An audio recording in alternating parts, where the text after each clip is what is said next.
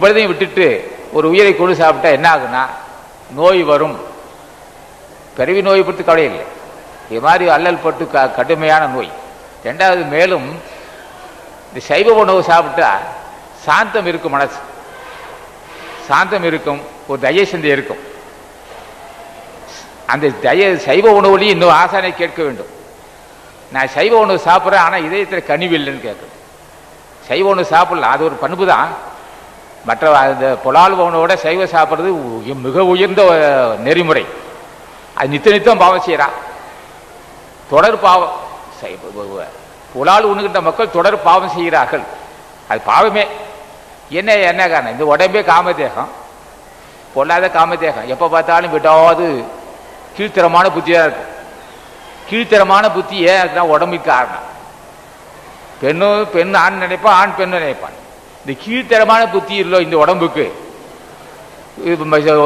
மாமிச உணவு சாப்பிட்டா, மட்டன் சாப்பிட்டா என்ன ஆகுனா இன்னும் கீழே போயிட்டே இருப்பான், அதிக வேலை செய்யாது. மேலும் உயிரை கொள்ளுகின்ற மக்களுக்கு, உயிரை கொண்டு உண்ணுகின்ற மக்களுக்கு அந்த உயர்ந்த எண்ணம் வராது.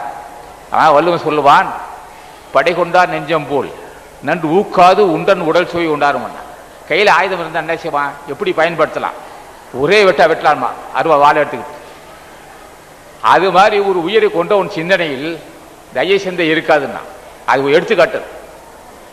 புலால் உண்ணுகின்ற மக்களிடம் மாவி சாப்பிட்றவங்கிட்ட ஆடு கோடி அறுத்தவங்க பக்கத்தில் இருப்பான். அதை பற்றி தெரியாது அவனுக்கு. என்னடா ஒரு உயிரை கொள்றானே, பக்கத்தில் நின்று இருப்பான். அந்த கனிவு ஏன் வரலைன்னா புலால் உண்ணுவதால் தான் படை கொண்டா நெஞ்சம் போல் நன்று ஊக்காது, நன்மையை சீர்தூக்கி பார்க்காது, ஒன்றன் உடல் சுவை உண்டாரும். நான் அப்போ கறி மாமிசை சாப்பிட சாப்பிட ஜீவகாரணி இருக்கவே முடியாது. அப்போ எதுக்கு அகத்தீஸ்வரன் வணங்குறேன்னா, என்னையா ஒரு ஆடை போட்டு அறுக்கிறான், அது இழுக்குது. இது ஒருத்தனை தெய்வம் இது ஒரே வெட்டுறான், கை காலம் இழுத்துக்கிட்டு இருக்கு. நம்ம பக்கத்து பார்க்குறோம். இந்த ஏன் இப்படி ஒரு வன்மனம், ஏன் பாவம் நினைக்க முடியல?